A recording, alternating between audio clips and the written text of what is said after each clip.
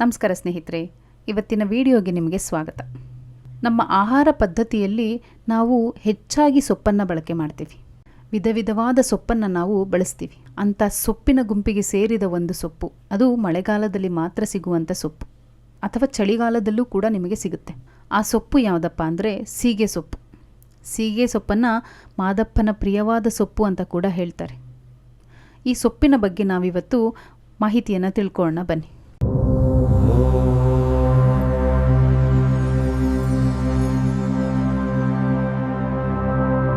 ಯಾಕೆ ಮಾದಪ್ಪನಿಗೆ ಪ್ರಿಯವಾದುದು ಅಂತಂದರೆ, ಮಹದೇಶ್ವರ ಬೆಟ್ಟದ ಕಾಡಿನಲ್ಲಿ ಮಾದಪ್ಪನಿಗೆ ಕರಡಿಯವ್ವ ಎಂಬಾಕೆ ಆಶ್ರಯವನ್ನು ನೀಡ್ತಾರೆ. ಆತನನ್ನು ಹೆತ್ತ ತಾಯಿಗಿಂತಲೂ ಮಿಗಿಲಾಗಿ ಸಾಕಿ ಸಲಹಿದ್ದು ಕರಡಿಯವ್ವ. ಕರಡಿಯವ್ವನಿಗೆ ಮಾದಪ್ಪನ ಮೇಲೆ ಅತಿಯಾದ ವಾತ್ಸಲ್ಯ. ಅವಳು ಪ್ರತಿದಿನ ಕಾಡಿನಲ್ಲಿ ಸಿಗುವಂತಹ ತರಾವರಿ ಸೊಪ್ಪುಗಳನ್ನು ತಂದು ಅಡುಗೆಯನ್ನು ಮಾಡಿ ಬಡಿಸ್ತಿರ್ತಾಳೆ. ಅದರಲ್ಲೂ ವಿಶೇಷವಾಗಿ ಸೀಗೆ ಸೊಪ್ಪನ್ನು ಬಳಸಿ ಅಡುಗೆಯನ್ನು ಮಾಡಿ ಮಾದಪ್ಪನಿಗೆ ಬಡಿಸ್ತಿರ್ತಾಳೆ.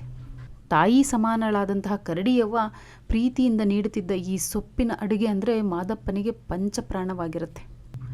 ನೀವು ಮಾದಪ್ಪನ ಪೂಜೆ ಮಾಡಬೇಕಂದ್ರೆ ಮಾದಪ್ಪ ಕೇವಲ ರಾಜ ಮಹಾರಾಜರ ವೈಭೋಗಕ್ಕೆ ಒಲಿಯುವನಲ್ಲ. ಅವನು ಕಾಡಿನ ಜನ ಅಂದರೆ ಬೇಡರು, ಸೋಲಿಗರು ಮತ್ತು ಪ್ರಕೃತಿಯ ಆರಾಧಕ.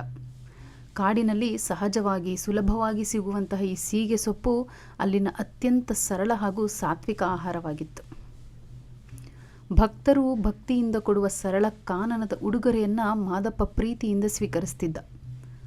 ನೀವು ಗಮನಿಸಬಹುದು, ಇಂದಿಗೂ ಮಲೆ ಮಹದೇಶ್ವರ ಬೆಟ್ಟದಲ್ಲಿ ಮತ್ತು ಮಾದಪ್ಪನ ಭಕ್ತರಲ್ಲಿ, ಅದರಲ್ಲೂ ವಿಶೇಷವಾಗಿ ದೀಪಾವಳಿ ಅಥವಾ ಹಬ್ಬ ಹರಿದಿನಗಳಲ್ಲಿ ಸೀಗೆ ಸೊಪ್ಪಿನ ಪಲ್ಯ ಅಥವಾ ಸಾಂಬಾರನ್ನು ಮಾಡಿ ಮಾದಪ್ಪನಿಗೆ ನೈವೇದ್ಯವನ್ನು ಮಾಡ್ತಾರೆ.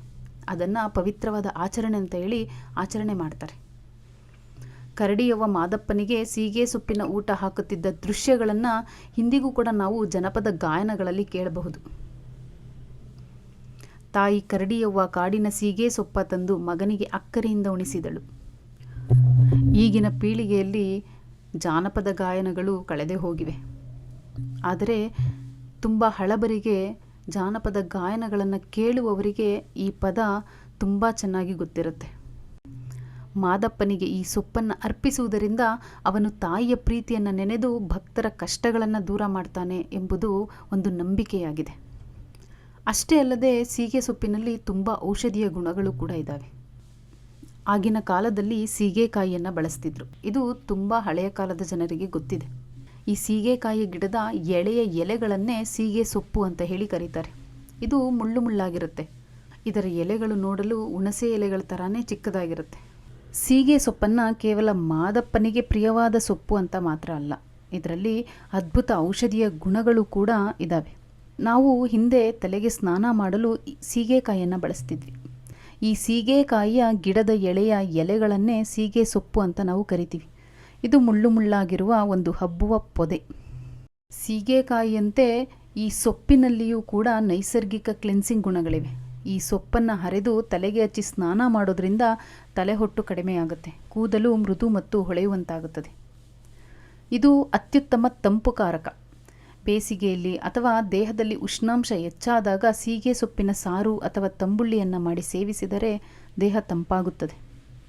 ಸೀಗೆ ಸೊಪ್ಪಿನಲ್ಲಿರುವಂತಹ ಹುಳಿ ಮತ್ತು ಒಗರು ರುಚಿ ಹೊಟ್ಟೆಯ ಜೀರ್ಣಾಗ್ನಿಯನ್ನು ಪ್ರಚೋದಿಸುತ್ತೆ. ಮಲಬದ್ಧತೆ ಮತ್ತು ಹೊಟ್ಟೆಯ ಉಬ್ಬರಕ್ಕೆ ಇದರ ರಸ ತುಂಬ ಒಳ್ಳೆಯ ಮದ್ದು. ಇದರಲ್ಲಿ ವಿಟಮಿನ್ ಸಿ ಮತ್ತು ಆ್ಯಂಟಿ ಆಕ್ಸಿಡೆಂಟ್ಗಳು ಹೇರಳವಾಗಿದ್ದು ಚರ್ಮದ ಸೋಂಕುಗಳನ್ನು ತಡೆಯುವಂತಹ ಶಕ್ತಿ ಹೊಂದಿದೆ. ಸಾಮಾನ್ಯವಾಗಿ ನೀವು ಸೀಗೆ ಸೊಪ್ಪನ್ನು ವರ್ಷಪೂರ್ತಿ ಕಾಡುಗಳಲ್ಲಿ ಸ್ವಲ್ಪ ಮಟ್ಟಿಗೆ ಸಿಗೋದನ್ನು ನೋಡ್ತೀರ. ಆದರೆ ಮಳೆಗಾಲದ ಆರಂಭದಲ್ಲಿ ಮತ್ತು ಚಳಿಗಾಲದ ಕೊನೆಯಲ್ಲಿ ಈ ಗಿಡಗಳು ಹೊಸ ಚಿಗುರು ಒಡೆಯುವಾಗ ತುಂಬ ಹೇರಳವಾಗಿ ಸಿಗುತ್ತೆ. ಹಳೆ ಮೈಸೂರು ಭಾಗದಲ್ಲಿ ಮತ್ತು ಮಲೆ ಮಹದೇಶ್ವರ ಬೆಟ್ಟದ ಸುತ್ತಮುತ್ತಲ ಪ್ರದೇಶಗಳಲ್ಲಿ ದೀಪಾವಳಿ ಸಮಯದಲ್ಲಿ ಮತ್ತು ಶಿವರಾತ್ರಿ ಸಮಯದಲ್ಲಿ ಕಾಡಿನಿಂದ ಈ ಸೊಪ್ಪನ್ನು ತಂದು ಸಂತೆಗಳಲ್ಲಿ ಮಾರಾಟ ಮಾಡ್ತಾರೆ.